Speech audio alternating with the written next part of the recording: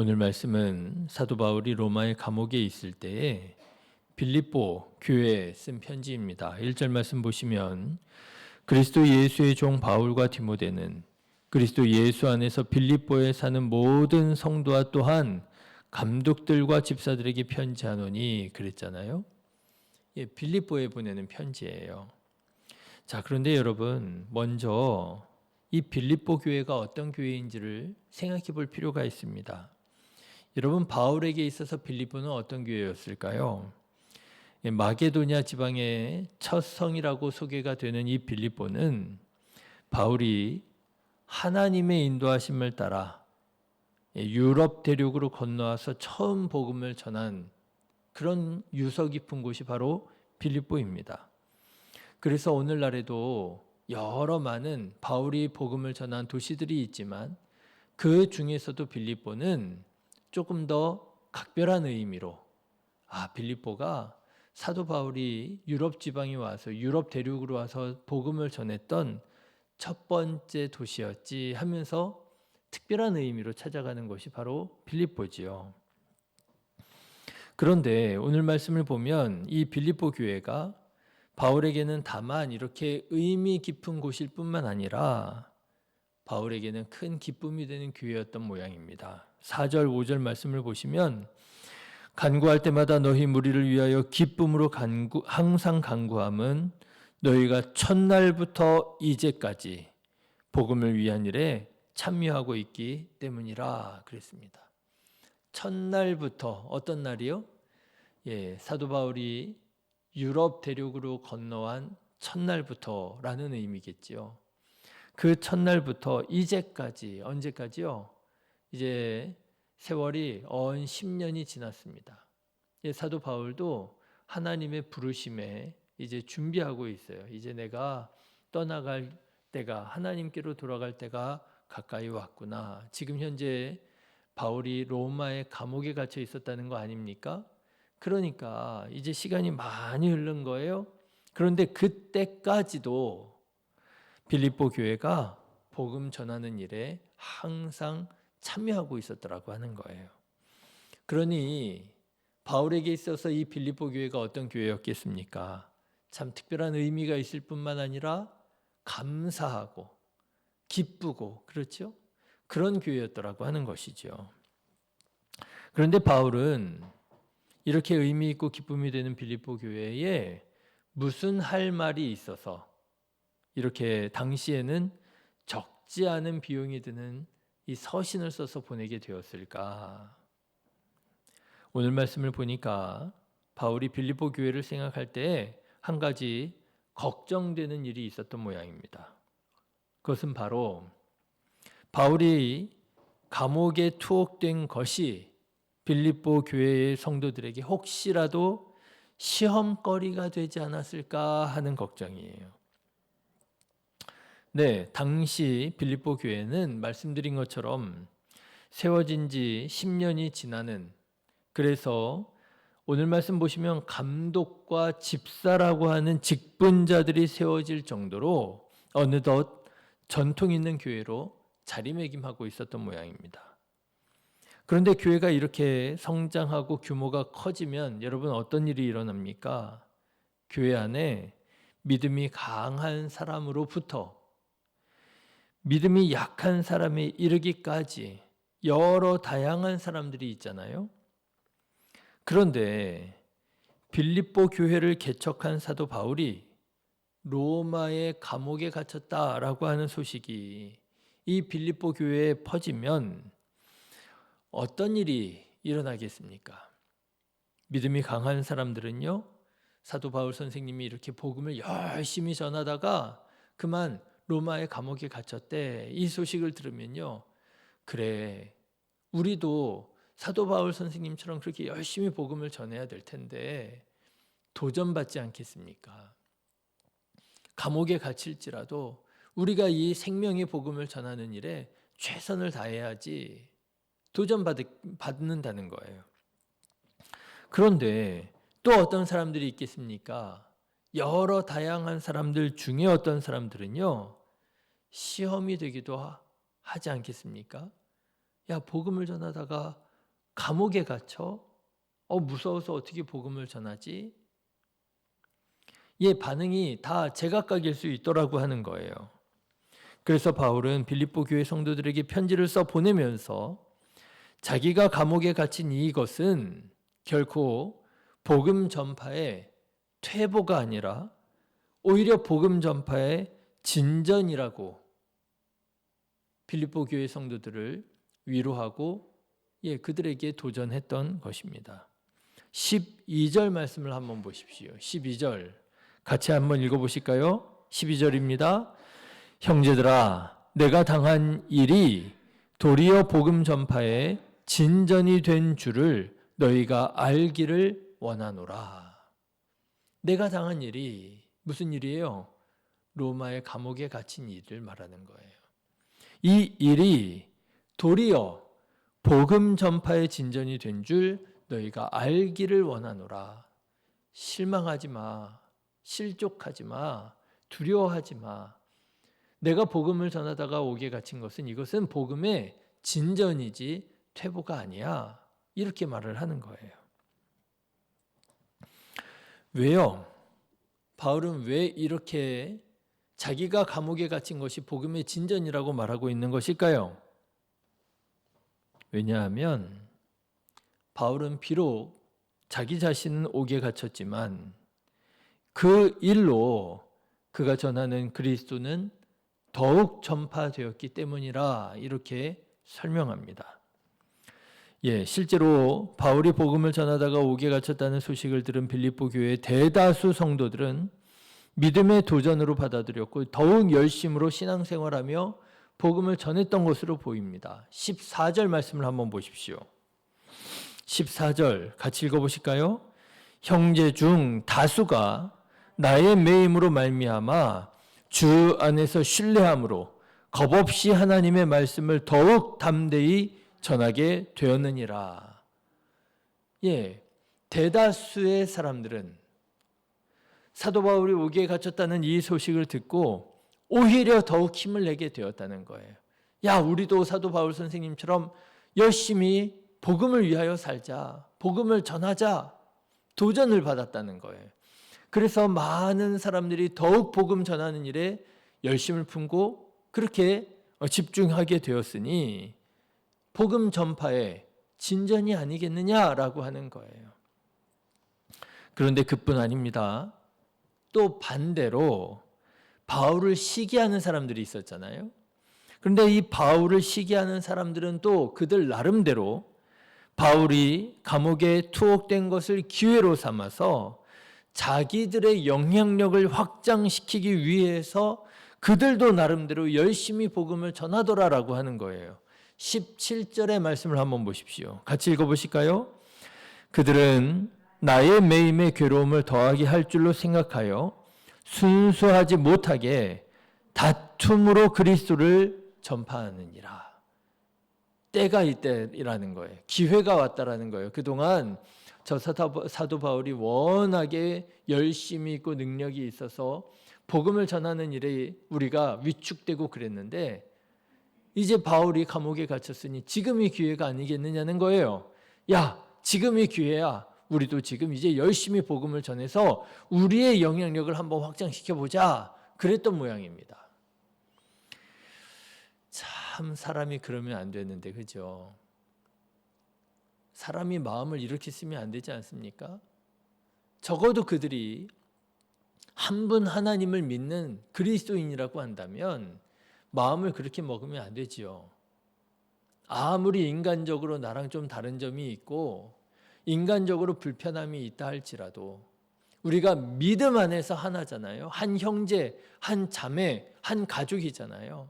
그렇다면 나와 다른 사람이라 할지라도 나와 관계가 썩 좋은 관계가 아니라 할지라도 어려운 일 당하면 믿음 안에서 돕고 중보하면서 기도하고 그래야 되지 않겠습니까? 그게 그리스도인이잖아요. 그런데 어떤 사람들은 이런 사람도 있었다는 거예요. 이때가 기회라고. 사도 바울이 옥에 갇혀 있으니 이때 우리가 영향력을 확장시키자고. 이게 파당입니다. 이게 파당. 이게 분쟁입니다. 그러나 바울은 그렇게 얘기하는 거예요. 괜찮다는 거예요. 이렇게 복음을 전하나, 저런 마음으로 복음을 전하나, 전파되는 것은 그리스도니 이것도 복음의 진전이라는 거예요. 내가 옥에 갇혀서 저들이 다툼으로, 저들이 시기하는 마음으로 복음을 열심히 전한다면 자기는 그것도 기뻐할 수 있겠다라는 거예요. 왜요? 전파되는 것이 그리스도이기 때문에. 여러분 18절의 말씀을 한번 보십시오. 같이 읽어보실까요? 그러면 무엇이냐? 거칠애로 하나 참으로 하나 무슨 방도로 하든지 전파되는 것은 그리스도니 이로써 나는 기뻐하고 또한 기뻐하리라. 예, 이로써 나는 기뻐하고, 내가 옥에 갇힌 것으로 인해서 우리도 열심히 복음을 전하자, 도전받고 자극받아서 열심히 복음을 전하는 사람들 기쁘다는 거예요. 그런데 반대로 시기하는 마음으로 다툼으로 자기들의 영향력을 확장하기 위해서 복음을 전하는 사람들, 그것도 기쁘다는 거예요. 나는 기뻐하고 또한 기뻐하리라. 여러분, 저는 오늘 말씀을 준비하면서 사도 바울은 어떻게 이렇게 생각하고 어떻게 이렇게 기뻐하며 복음을 전할 수 있었을까 참 궁금했습니다. 사람이 그러지 말아야지 하면서도 그러잖아요. 섭섭하고 당황스럽고 화가 나고. 여러분 생각해 보십시오. 사도 바울 안에도 좀 그런 마음이 있지 않았겠습니까? 복음을 전하다가 옥에 갇혔다는 거예요. 잘못한 게 없습니다. 귀신 들린 사람 귀신을 내쫓아 줬고요. 병든 사람 병을 고쳐줬고요. 희망 없이 절망 가운데서 살아가는 사람들에게 복음을 전해서 그들에게 다시 살아갈 힘과 소망 되어 주고요. 무슨 나쁜 짓을 했습니까? 그런데 억울하게 고발당해가지고 옥에 갇히게 되었어요. 여러분 당황스럽지 않겠습니까? 내가 복음을 전하다가 옥에 갇히다니. 여러분 화가 나지 않겠습니까? 아니 지금 한 하나님을 믿는다고 하는 그리스도인들이 내가 지금 이렇게 옥에 갇혀 있는데 나에게 괴로움을 더하게 하려고 열심히 복음을 전한다고? 이게 말이나 돼? 그들이 정말 그리스도인이 맞아? 그렇죠? 인간적으로 생각하면 화가 났을 것 같아요. 그런데 바울은 당황스럽기도 하고 화가 날기도 하고 그럴 수 있을 텐데 그 상황 속에서 그 조건 속에서도 아니라는 거예요. 나는 기쁘고 나는 감사하다라는 거예요. 어떻게 이렇게 기뻐할 수 있을까? 어떻게 이렇게 생각할 수 있을까? 그런데요, 오늘 말씀을 묵상하면서 깨달아지는 것이 이것이 사도 바울의 신앙이고 또 삶이었구나 깨달아지게 되었습니다. 바울에게는 자기 자신은 별로 중요하지 않았던 거예요. 사람들은 자기가 중요하잖아요. 그래서 사람들이 자기를 무시하는 것 같으면 화를 내잖아요. 사람들이 자기를 미워하는 것 같고 싫어하는 것 같으면 힘들어 하잖아요. 왜요? 사람들은 자기가 중요하기 때문에 그렇잖아요. 그런데 사도 바울은요, 자기가 중요한 사람이 아니었어요. 자기의 위신, 자기의 명예, 자기의 감정, 자기의 관계, 물론 하나도 중요하게 여기지 않았다. 아니지요. 중요하지요. 그렇지만 바울에게는 이런 자기보다 비교할 수 없을 만큼 더 중요한 것이 있다라고 하는 거예요. 그게 바로 그리스도라고 하는 거예요. 그리스도께서 전파되실 수만 있다면 자기는 어떻게 되든지 괜찮다는 거예요. 자기는 어떻게 되든지 기뻐할 수 있다라고 하는 거예요. 예수가 그리스도시라고 하는 이 복음이 전파될 수 있다면 자기의 위신이나 자기의 명예나 자기의 감정은 어떻게 되든지 상관없다. 괜찮다.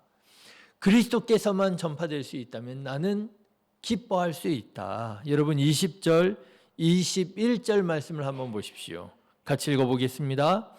나의 간절한 기대와 소망을 따라 아무 일에든지 부끄러워하지 아니하고 지금도 전과 같이 온전히 담대하여 살든지 죽든지 내 몸에서 그리스도가 존귀하게 되게 하려 하나니 이는 내게 사는 것이 그리스도니 죽는 것도 유익함이라. 그리스도께서 전파되실 수만 있다면, 그리스도께서만 드러날 수 있다면 나는 무시당해도, 나는 설령 죽는다 할지라도 그 죽음조차도 유익하다라고 얘기하는 거예요. 어제 수요 예배를 하면서 요셉의 신앙을 말씀을 드렸습니다. 요셉이 감옥에 갇힌 2년 동안 무슨 일이 있었던지 그의 말이 변화가 돼요. 감옥에 갇혀서 11년째 되던 해에 요셉이 그렇게 말을 합니다. 나를 좀 긍휼히 여겨줘서, 나를 바로에게 잘 얘기해 줘서 나를 억울함을 풀어주시고 나를 이 감옥에서 구원해 달라고 술 맡은 관원장에게 청탁을 넣는데요. 나 계속 자기를 얘기합니다. 자기를 얘기합니다. 그렇죠? 그런데 2년 동안 묻혀 지내게 되지요. 그런데 2년 후에 바로의 꿈을 해몽하기 위해서 이제 드디어 불려 나와요. 결정적인 순간입니다. 억울함을 풀 수 있고 노예의 신분에서 해방될 수 있는 결정적인 순간입니다. 그런데 그때에 요셉은 뭐라고 말해요? 내가 아니라 여호와께서라고 말을 해요. 내가 아니라 여호와께서 당신의 꿈을 알려주실 것입니다. 내가 아니라 여호와께서. 오늘 사도 바울의 이 고백과 참 맞닿아 있는 것 같아요. 이는 내게 사는 것이 그리스도니, 내가 아니라 그리스도니 죽는 것도 유익하니라. 그렇습니다, 여러분. 이것이 바로 예수가 그리스도시라고 하는 것을, 이 진리를 믿는 사람의 삶인 것입니다. 정말 예수님 믿는 사람은 이렇게 살아가야 되는 것이고요. 살 수밖에 없는 거예요. 예수님이 나의 구주십니다. 예수님이 나의 주님이십니다. 내가 주님을 사랑합니다. 내가 사랑하는 주님께서 드러나실 수만 있다면, 영광 받으실 수만 있다면, 전파되실 수만 있다면 나는 죽는 것도 유익합니다. 옥에 갇혀도 상관없습니다. 괜찮습니다. 여러분, 오늘 우리는 어떻게 살아가고 있습니까? 예수님이 나의 주님이시라고, 예수님이 그리스도시라고 고백하면서도 혹시 여전히 내 위신이 더 중요하고, 여전히 내 명예가 더 중요하고, 여전히 내 감정이 더 중요해서 화가 나면 화가 난 대로 말하고, 서운하면 서운한 대로 행동하고, 이해가 안 되면 이해가 안 된다고 순종하지 못하고, 여러분 혹시 여전히 자기를 위하여 살아가고 있지는 않습니까? 예수님이 사람들에게 어떻게 비춰지든, 교회가 사람들에게 어떻게 비춰지든, 그리스도인들이 사람들에게 어떻게 비춰지든 아무런 상관없이 함부로 말하고 함부로 화내고 함부로 행동하고 있지는 않습니까? 사랑하는 성도 여러분, 진정한 그리스도인으로 거듭나셔서 그리스도를 위하여 바울처럼 억울한 일을 당한다 할지라도 그리스도를 위하여 어제 말씀드렸지요. 빌레몬처럼 손해를 감당하게 된다 할지라도 그리스도를 위하여 바나바처럼 자기의 것을 나눌 수 있는 우리 성도님들 되시기를 주님의 이름으로 축원합니다. 그럴 때 주님께서 영광을 받으시고, 그럴 때 우리들은 주님 안에서 삶의 의미를 찾고 삶의 목적을 찾고 그 안에서 존귀한 자로 새롭게 발견되게 될 줄로 믿습니다. 기도하겠습니다.